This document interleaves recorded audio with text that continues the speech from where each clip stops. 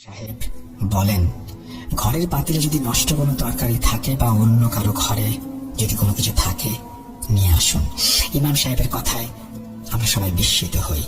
পানি খাবে ভেবেছে সবাই, কিন্তু পানির সাথে নষ্ট খাবার কেন চাচ্ছেন তিনি?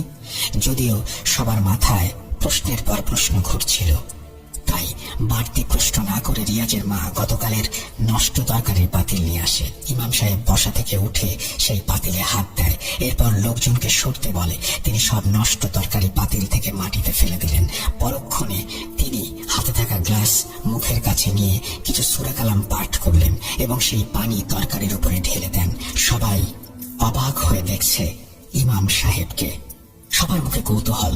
ইমাম সাহেব চেয়ারে উঠে বসলেন এবং বললেন, ভয়ের কিছু নেই, আমি আপাতত জিনদের আটকে দিয়েছি। এই নষ্ট খাবার ওরা খেতে না চাইলে সূরার আয়াত এদের খাওয়াবে, এই খাবারই খাওয়াবে। অন্তত 5 জন জিনের কেউ আমাদের আক্রমণ করতে পারবে না। যখন এই তরকারি মাটিতে শুকিয়ে যাবে, একমাত্র তখন জিনেরা আবার ছাড়া পাবে। ইমাম সাহেবের কথা শুনে বাড়ির একজন যুবক বলল, তাহলে তো হুজুর 5 ঘন্টা পর আমাদের সবাইকে জিন আক্রমণ করবে। যুবকের কথা শুনে বাড়ির সবার চোখে মুখে আবারও ভয়ের ছাপ। হুজুর ছেলেটির কথায় মুচকে এসে বললেন, আমি আছি, কিছু করতে পারবে না। কথাটা বলে হুজুর রিয়াজের কাছে গামছা চায়। রিয়াজের মা দড়িতে ঝুলানো গামছা এনে দিলে হুজুর সেটি দিয়ে হাত মোছেন। এরপর আবার ধীর স্বরে বলেন, আমাকে প্রশ্ন করেছেন হামজার সাথে কি হয়েছে। ঠিক আছে, শোনাচ্ছি আমি, তবে হামজার সাথে যা হয়েছে তা যেন কারোর সাথে না হয়, আমি প্রার্থনা করি। এরপর তিনি হামজা সাহেবের কর্মচারীর কাছ থেকে যেভাবে শুনেছিলেন সেভাবেই বর্ণনা করেন। বলছি কর্মচারীর ভাষায়, আসসালামু আলাইকুম ইমাম সাহেব, এতদিন পর কল করেছেন, এদিকে কি হয়েছে আপনি কিছু শুনেছেন? কর্মচারীর মুখে এই কথা শুনে ইমাম সাহেব যখন ঘটনা জানতে চান তখন বলেন, হুজুরের কাছে 3 মাস আগে একটা রোগী আসে, তিনি তাদের চিকিৎসাও করেছিলেন। একজন ছেলে, 2 জন মুরব্বী, একজন মহিলা। হামজা সাহেব ওদের চিকিৎসা করে পাঠিয়েও দিয়েছিলেন, কিন্তু ওনারা চলে যাবার পরই হামজা সাহেবের মাথা ঘুরতে শুরু করে এবং তিনি পড়ে যান। আমরা সবাই এগিয়ে যেতে গিয়েও যেতে পারিনি, আমাদেরকে আটকে দেওয়া হয়েছিল। হামজা সাহেবের নাক মুখ দিয়ে রক্ত বের হচ্ছিল, তিনি অনেক জোরে জোরে দোয়া পড়ছিলেন। এরপরও আমরা দেখলাম হামজা সাহেবের শরীর হঠাৎ করেই আবার হালকা হয়ে গেল। আমরা দৌড়ে গিয়ে হামজা সাহেবকে এবার ধরতে পারি এবং তাকে বিছানায় শুইয়ে দেই। ডাক্তার ডেকে নিয়ে আসি, ডাক্তার কিছু ওষুধ দেন, এরপর উনিও চলে যান। প্রায় 1 ঘন্টা পর হামজা সাহেবের জ্ঞান ফেরে। আমরা সবাই জানতে চেয়েছি কি হয়েছে। হামজা সাহেব আমাদের কিছুই বলেননি। উনি কিছুক্ষণ বিশ্রাম নিয়ে পানি চান, এরপর নষ্ট তরকারিতে সেই পানি ঢেলে মাটিতে ফেলে দেন।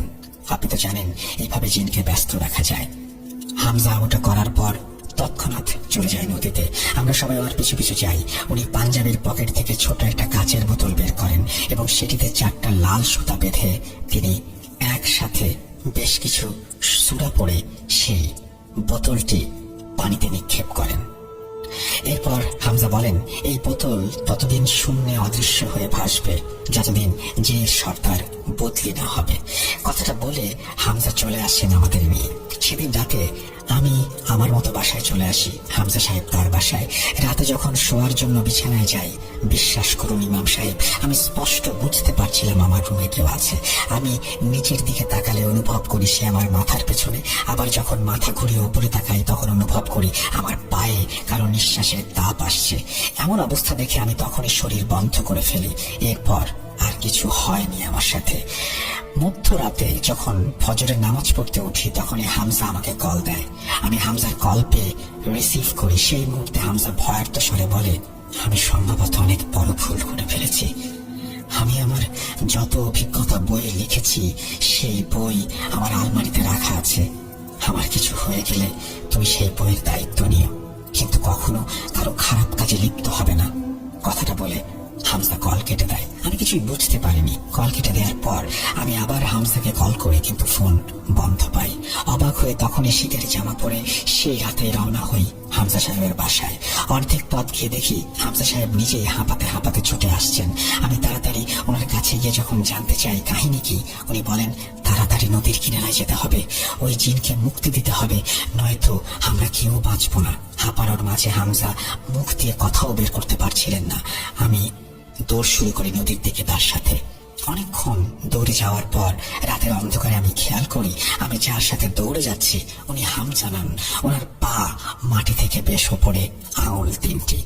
হামজার চেহারায় থাকা সেই জিনটি যখন আমি চিহ্নিত করলাম, সাহস করে আর এক পাও এগিয়ে যায়নি। এদিকে আমার চোখের সামনে হামজার রূপ ধারণ করা জিন অনেক দূরে এগিয়ে গিয়েছে। আমি উল্টো পথে দৌড়াতে শুরু করি। না জানি কি হয় আমার সাথে। আমি জানি এটা হামজা না, ওর শরীর থেকে বিদঘুটে একটা গন্ধ আসছিল। এ যেন আমার ভেতরে জ্বলে পড়ে সব ছারখার হয়ে যাওয়ার উপক্রম। হঠাৎ আমার কানে আজানের ধ্বনি ভেসে আসে। এরপর আমি চোখ খুলে দেখি সেই জিন নেই আমার সামনে। বিদঘুটে কণ্ঠটাও উধাও হয়ে গেছে। হামজার বাড়িতে গিয়ে হামজাকে নিয়ে আমি মসজিদে আসি। নামাজ শেষ করে হামজার আমি মসজিদ থেকে বেরিয়ে রাস্তায় হাঁটছিলাম। কুয়াশাচ্ছন্ন ঝাপসা সকালের দৃশ্যায়ন দেখে হামজা আমাকে বলল, এই সকালের রহস্য অনেকের কাছে অন্যরকম, ভিন্ন রহস্যের শুরু সকাল। হামজার কথা শুনে আমি কিছুই বুঝে উঠতে পারছিলাম না। ভেবেছি মসজিদ থেকে বেরিয়ে আমি সবকিছু বলবো। ভোর রাতে ওই ভয়ানক অভিজ্ঞতা শেয়ার করার আগে হামজার এমন কথায় আমি তলিয়ে গেলাম। আমি নিজে এরপর হামজাকে বললাম, হঠাৎ এমন কথা কেন হুজুর? হামজা আমার কথা শুনে মুচকি হেসে হেঁটে যাচ্ছিলেন।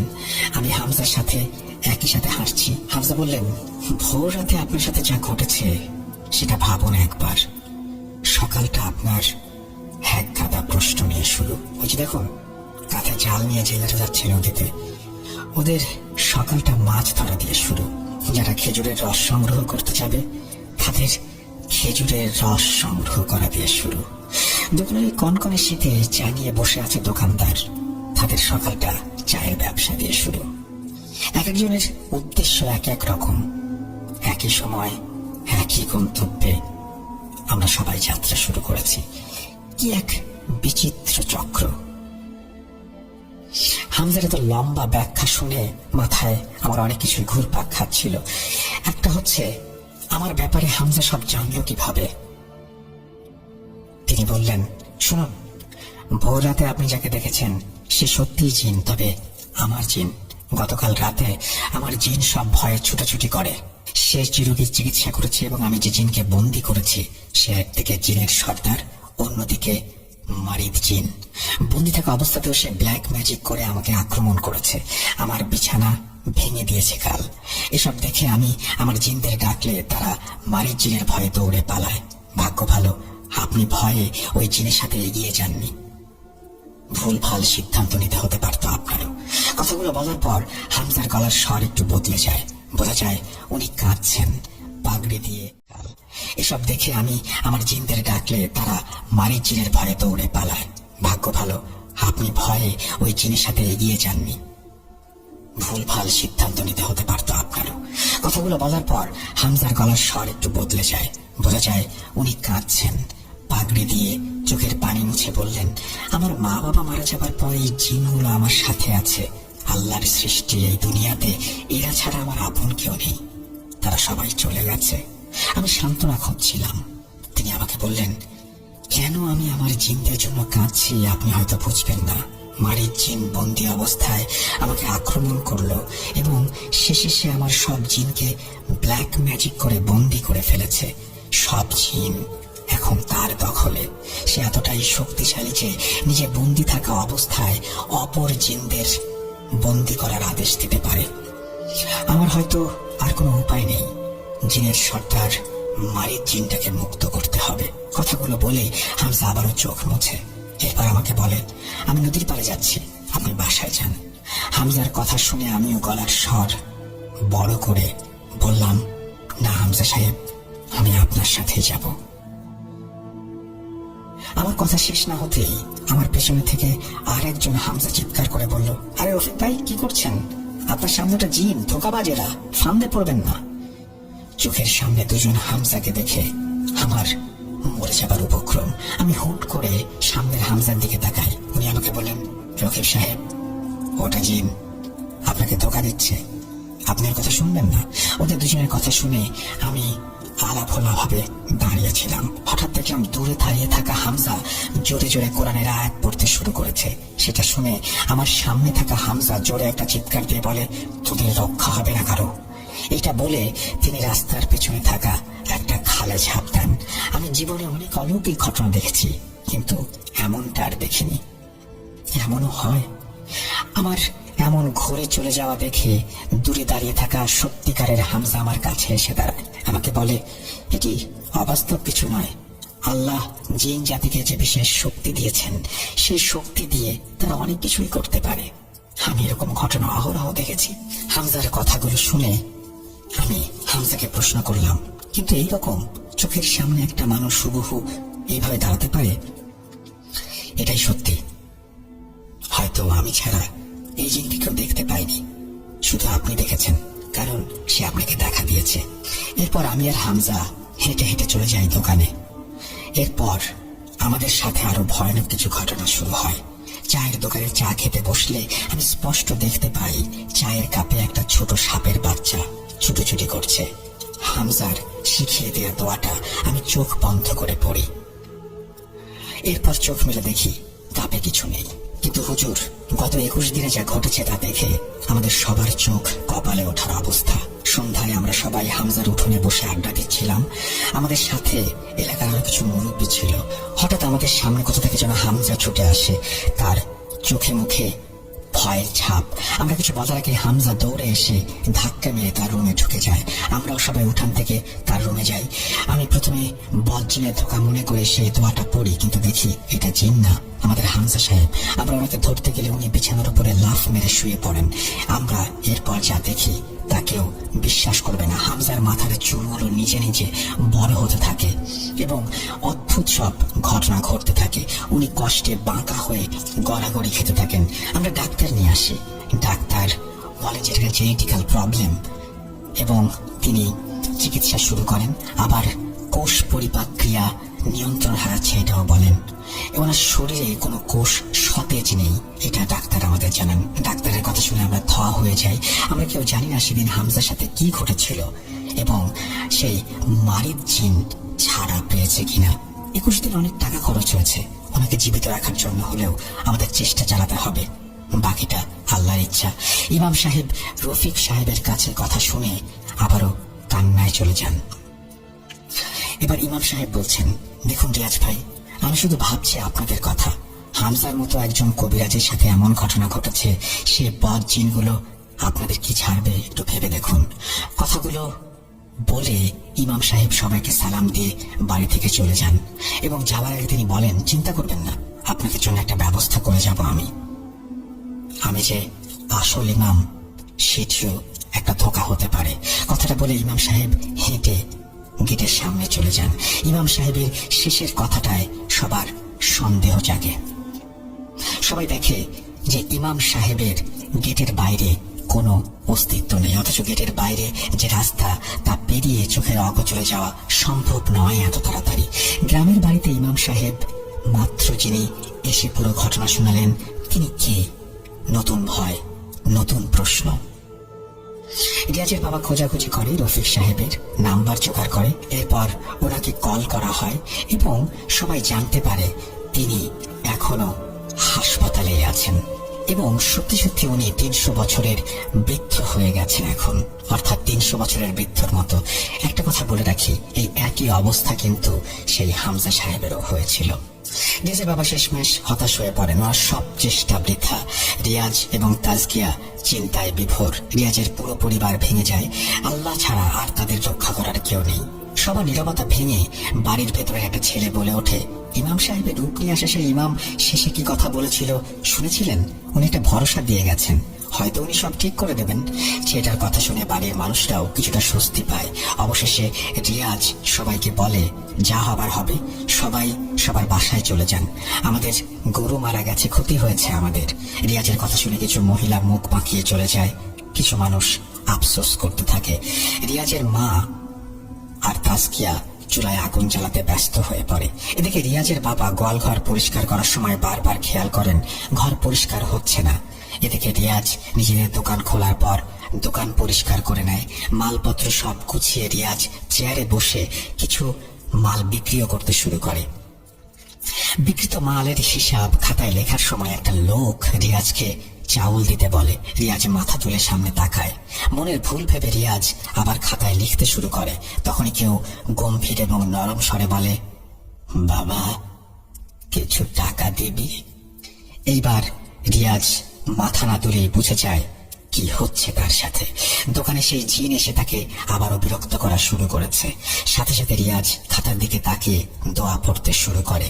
রিয়াজ চট করে মাথা তুলে তাকিয়ে দেখে চাউলের বস্তাটা দোকানের সামনে রাস্তায় পড়ে আছে এবং একটু আগে তারই একটা বিকট শব্দ হয়েছে। বস্তা ফেটে সব চাউল রাস্তায় পড়ে গেছে। আশেপাশে তাকিয়ে দেখে কেউ নেই। যেহেতু গ্রামের একটা রাস্তা, পাশে রিয়াজের মুদির দোকান, যারা সেই দোকানে দরকার শুধু তারাই সেখানে আসে। হুট করে এখানে আসবে কে আর এমন ঘটনা ঘটাবে কে? এইভাবে সারাদিন কেটে যায়। রিয়াজের বাবা দুপুরে এসে দোকানে বসে। রিয়াজ ভাত খেতে আসে। এরপর রিয়াজের বাবা চলে যায় বাড়িতে। যেহেতু উনি ধার্মিক মানুষ, তাই বিকেলে মসজিদে ইসলামিক সমাবেশে উপস্থিত হন।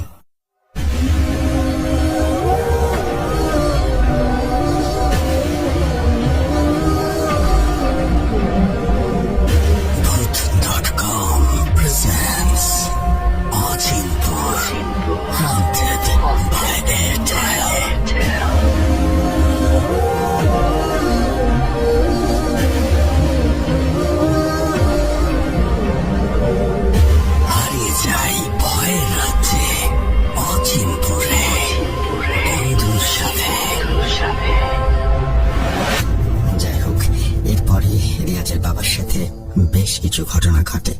সেই ঘটনাগুলো আমার মনে হয় যে এখানে উল্লেখ না করলেও চলবে, তাতে কোনো সমস্যা হবার কথা নয়। বরং আমরা ঘটনার পরবর্তী পর্যায়ে যেতে চাই, কারণ ঘটনাটি অনেক বড়। আর এই পর্যায়ে এসে আপনাদের একটু ছোট্ট করে জানিয়ে দিই যে আপনারা শুনছেন ভূত.com presents Achinpur haunted by Airtel. আর সেই সাথে অচিনপুর সহ আপনার পছন্দের সব কন্টেন্ট ইউটিউবে আনলিমিটেড স্ট্রিম করতে পারবেন এয়ারটেল বেস্ট স্ট্রিমিং প্যাকে। 179 টাকায় 30 দিন আনলিমিটেড ইউটিউব স্ট্রিমিং করতে ভিজিট করুন মাই এয়ারটেল অ্যাপ অথবা ডায়াল করুন *4*179# এই নাম্বারে। আমরা চলে যাব আমাদের আজকের ঘটনার পরবর্তী অংশে। এই পর্যায়ে এসে যিনি আমাদের ঘটনাটি পাঠিয়েছেন তিনি নিজেই লিখছেন, আসসালামু আলাইকুম প্রিয় লিসেনার্স। এই ঘটনার একটি বিরল সত্য এইবার আপনাদের জানানোর সময় এসেছে। আল্লাহর বাণীর ওপর শক্তিশালী কোনো মন্ত্র নেই এই পৃথিবীতে। আপনাদের মনে প্রশ্ন জাগবে, এরপর কি হয়েছিল? একই প্রশ্ন আমার মনেও জেগেছে। এই ভিখারি জিন গল্পটার শুরুতে আমি বলেছিলাম এটি 80% সত্য ঘটনা, কারো লাইফে ঘটে যাওয়া সত্য ঘটনা। ঘটনা সুন্দর করে উপস্থাপন করার জন্য আমি কিছু লাইন ঘটনায় যুক্ত করেছি মাত্র, তাই এটি হয়ে গেছে 80% সত্য। ঘটনার সকল চরিত্রের ছদ্মনাম ব্যবহার করেছি আমি। সেটাই বলছিলাম, এই ঘটনা যার সাথে ঘটেছে সে আমাকে তার নাম লিখতে মানা করেছেন। রিয়াজের বাবার সাথে ঘটে যাওয়া ঘটনার পর রিয়াজ এই নামটিও ছদ্ম আমাকে আর ঘটনা বলেনি। অর্থাৎ ঘটনার মূল ক্যারেক্টারের থেকেই আমার পুরো ঘটনা শোনা। সেদিন ঘটনা শুনতে শুনতে গভীর রাত হয়ে যায়। রিয়াজ আমাকে বলল, হাজার না, অনেক রাত হয়ে গেছে। সকালে আমার অফিস মিস হলে বসের বকা খেতে হবে, বাকিটা কাল বলি। রিয়াজের মুখে এমন কথা শুনে আমিও ঠিক আপনাদের মতোই ছন্ন ছাড়া হয়ে গিয়েছিলাম। আপনাদের একটু ভিন্ন ধরনের সত্য ঘটনা উপহার দেব বলে ঘটনা কালেক্ট করতে নেমেছিলাম, কিন্তু এমন একটা দুর্দান্ত আর মর্মান্তিক ঘটনা শোনাবো যা একেবারে সত্য তা আমার কল্পনাতেও ছিল না। আমি রিয়াজকে বললাম, আর অল্প একটু বলুন না। পরে আপনি কিভাবে ঠিক হলেন? কোন কবিরাজ বাঁচিয়েছে আপনাদের? আমার কথা শুনে রিয়াজ বলল, ধৈর্য ধরুন, ধৈর্যের ফল মিষ্টি হয়। আমিও ধৈর্য ধরেছিলাম, তাই হয়তো ফল পেয়েছি, কিন্তু এখনো একটু অসতর্ক হলেই মহাবিপদ। আজকে বাসায় যান লেখক সাহেব, কাল ঠিক সন্ধ্যায় চলে আসুন এখানে। এরপর চায়ের বিল দিয়ে উনি চলে গেলেন বাসায়। আমি কক্সবাজারে ব্যবসার খাতিরে 2.5 বছর ধরে রয়েছি, সবাই জানেন। ব্যবসায়িক কাজে এই রিয়াজের সাথে আমার পরিচয় হয়। উনি আমাকে একদিন বলেছিলেন ওনার জীবনের ঘটনাটি লেখার জন্য। আমি ততটা গুরুত্ব দেইনি, কিন্তু এখন মনে হচ্ছে আমাকে অনেক আগেই ওনার ঘটনাটি বলা উচিত ছিল। সেদিনের মতো ডলফিন মোড় থেকে আমি চলে আসি উখিয়াতে, অর্থাৎ আমার নিজের বাসায়। রাতে যখন বিছানায় মাথা ফেলি তখনও আমি ভাবছিলাম, এমনও হয় এতটা ভয়ানক এবং অলৌকিক ঘটনা কিভাবে ঘটে মানুষের সাথে। অনেক চিন্তায় ছিলাম। রাতটা আমার কোনোভাবে কেটেছে। সকালে ঘুম থেকে উঠে আমি ফজরের নামাজ পড়তে যাই। নিত্যদিনের মতো নামাজ শেষে ব্যবসায়িক কাজে বের হই। যত স্থানে আমার বিজনেস রয়েছে সবখানে গিয়ে চেক করে আসি। সব ঠিকঠাক করতে করতে দিনে প্রায় 12টা বেজে যায়। আমি রিয়াজ ভাইকে কল দিলাম, কিন্তু উনি আমার ফোন ধরলেন না। আমি যেন সহ্য করতে পারছিলাম না। কবে সন্ধ্যা হবে, কবে শুনবো আমি বাকি ঘটনা। ঠিক বিকেল 3টায় আমাকে কল দেয়। আমি এমন ভাবে তাড়াহুড়ো করে ফোন রিসিভ করলাম যেন আমার লাখ টাকার অফারের একটা কল এসছে। ফোন রিসিভ করতেই ওপাশ থেকে রিয়াজ বললেন, সরি ভাই, অফিসের কাজে বিজি ছিলাম তাই কল ধরতে পারিনি। ওনার কথা শুনে আমি এক মুহূর্ত দেরি করলাম না, সাথে সাথে প্রশ্ন ছুড়ে দিলাম, আপনি তাড়াতাড়ি ফ্রি হয়ে ডলফিন মোড়ে চলে আসুন। বাকি ঘটনা না হয় আমি সেখানেই শুনবো, আমি শান্তি পাচ্ছি না। উনি আমার কথা শুনে কিছুটা হাসলেন, এরপর আমাকে বললেন, সরি রিয়াজ ভাই, আজ দ্রুত আসতে পারবো না। অফিস শেষ করতে করতে 8টা বাজবে। আমি আপনাকে 4 ঘন্টা সময় দিতে পারবো। 12টা অবধি থাকবো আপনার সাথে। রাত 8টায় আমি হিমছড়ির ফুচকার দোকানে আসবো। আপনি আসুন, সমুদ্রের পাশে যে বসার সিট আছে ওখানে বসে বাকিটা বলবো। নিরিবিলি স্থানে ঘটনা বলতে এবং শুনতে ভালো লাগবে। রিয়াজ ভাইয়ের কথা শুনে আমি কি জবাব দেব ভাষা খুঁজে পাচ্ছিলাম না।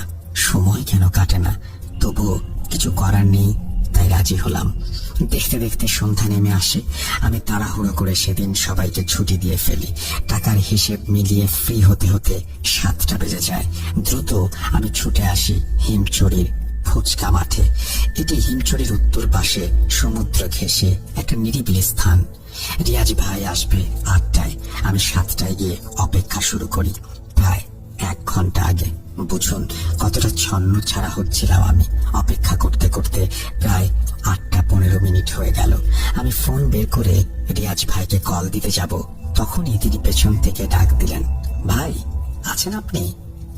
আমি ওনার ডাক শুনে দ্রুত দাঁড়িয়ে যাই। তাড়াহুড়ো করে ওনাকে টেনে এনে সিটে বসাই।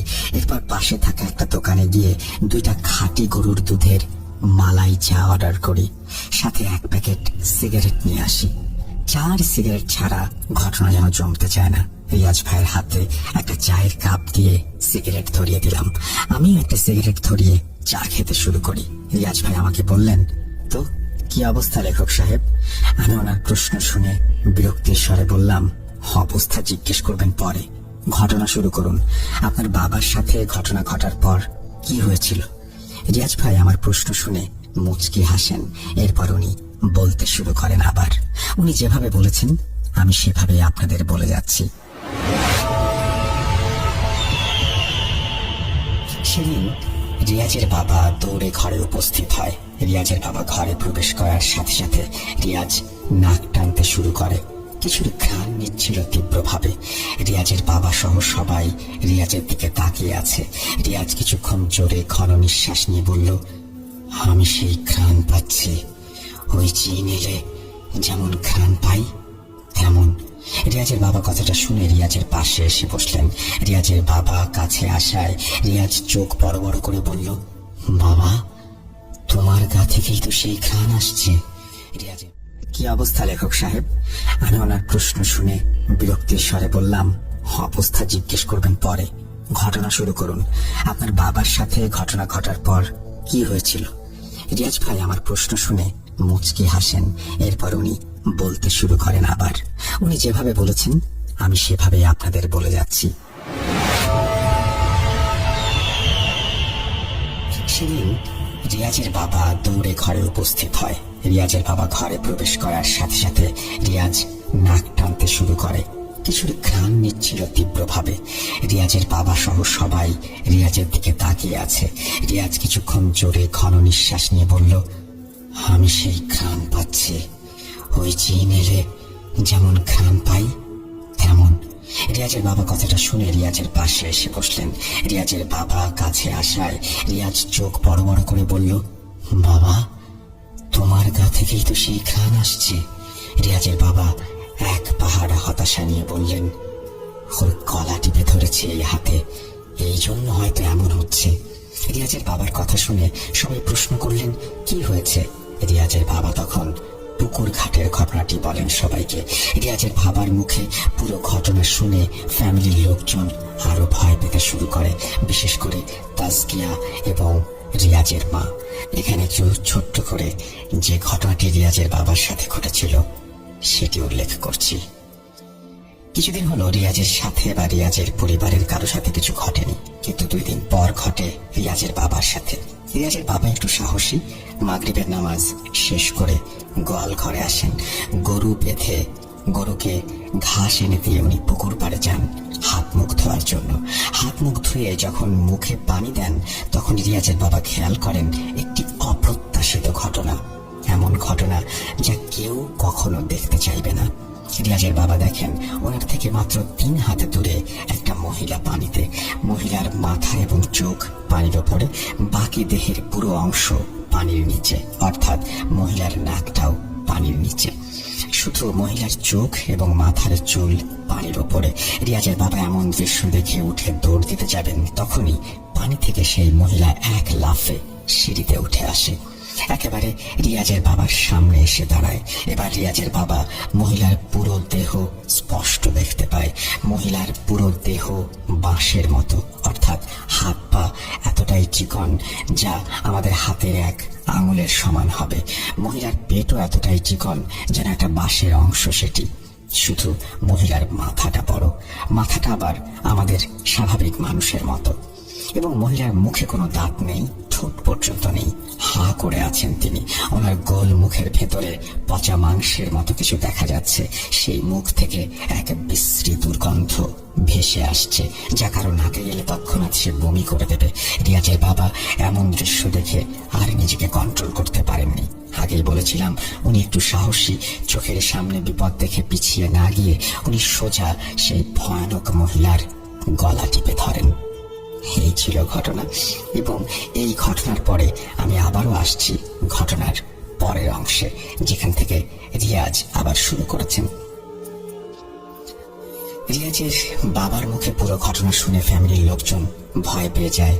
আগেই বলেছি, রিয়াজের মা বলল, আল্লাহর উপর ছেড়ে দেন সব, উনি যা করবেন ভালোর জন্যই করবেন।